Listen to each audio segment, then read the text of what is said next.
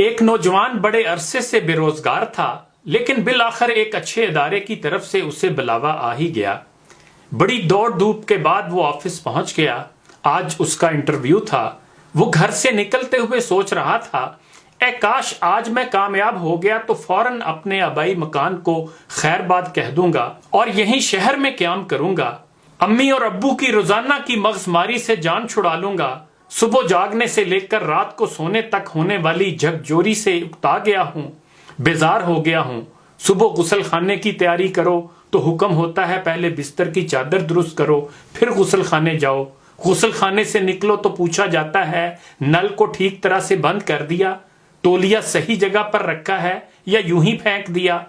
ناشتہ کر کے گھر سے نکلنے ہی والے ہوتے ہیں تو ڈانٹ پڑتی ہے، پنکھا بند کیا یا چل رہا ہے۔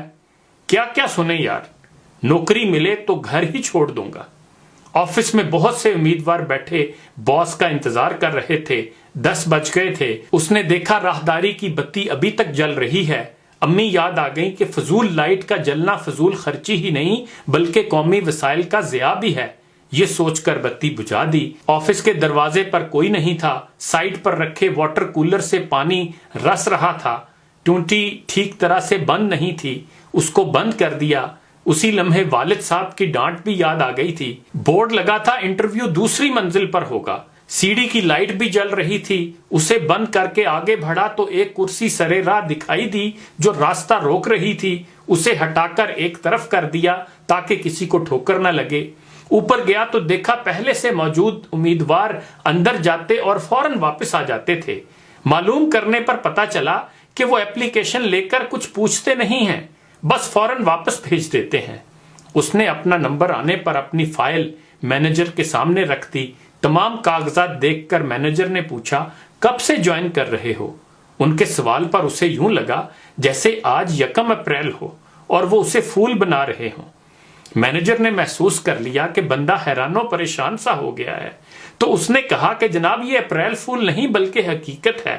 پھر اس نے بتایا کہ ہم نے آج کے انٹرویو میں کسی سے کچھ پوچھا ہی نہیں ہے، صرف سی سی ٹی وی کیمروں میں تمہارا طرز عمل اور مثبت رویہ دیکھا ہے۔ آج بہت سے امیدوار آئے مگر کسی نے نل یا لائٹ بند نہیں کی۔ مبارکباد کے مستحق ہیں تمہارے والدین کے جنہوں نے تمہیں تمیز اور تہذیب سکھائی ہے۔ جس شخص کے پاس سیلف ڈسپلن نہیں، وہ چاہے کتنا ہی ذہین اور چست و ہوشیار ہو، لائف مینجمنٹ اور زندگی کی دوڑ میں اچھی طرح کامیاب نہیں ہو سکتا۔ یہ سب ہو جانے کے بعد وہ اپنے آپ میں شرمندہ سا تھا کہ وہ اپنے ماں باپ کے بارے میں کیا کیا سوچتا رہا۔ اس نے طے کر لیا کہ گھر پہنچتے ہی امی اور ابو سے معافی مانگ کر انہیں بتاؤں گا کہ آج اپنی زندگی کی پہلی آزمائش میں ان کی روک ٹوک ہی نے اسے جو سبق پڑھایا ہے، ان باتوں کے مقابل ڈگری کی بھی اتنی قیمت نہیں ہے۔ زندگی کے سفر میں تعلیم اہم تو ہے لیکن تربیت اور تہذیب کا اپنا ہی مقام ہے۔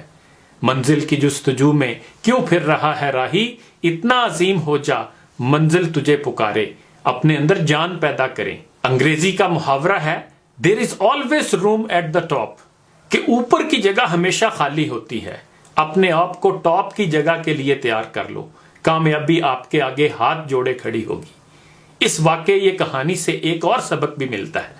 جب تک ہم عملی زندگی میں نہیں آتے اور ہمارے اوپر ایک خاندان کا، شریک حیات کا یا بچوں کا بوجھ نہیں پڑتا، ہم سمجھ ہی نہیں پاتے کہ ایک گھر کی سربراہی کتنا مشکل کام ہے، کیا کیا ذمہ داریاں ادا کرنی پڑتی ہیں، کیا کیا قربانیاں دینا پڑتی ہیں، کیسے کیسے بچتیں کر کے گھر کے اخراجات کو مینج کرنا ہوتا ہے۔ بچوں کی خوشی کے لیے والدین اپنی خواہشات کا گھلا گھونٹتے رہتے ہیں اور بچوں کو خبر بھی نہیں ہونے دیتے، لیکن یہی بچے والدین کی ذرا سی روک ٹوک، ذرا سی ڈانٹ ٹپٹ کو بھی صبر سے برداشت کرنے سے عاری ہوتے ہیں۔ ان بچوں کو بس یہی کہا جا سکتا ہے کہ بیٹا سر پر پڑے گی نا تو لگ پتا جائے گا۔ کسی نے خوب کہا تھا کہ والدین پر اتنا یقین رکھیں جتنا میڈیسن یعنی دواؤں پر رکھتے ہیں۔ یہ تھوڑی کڑوی ضرور ہوتی ہیں لیکن فائدے کے لیے ہوتی ہیں۔ انہی گزارشات کے ساتھ اجازت چاہوں گا۔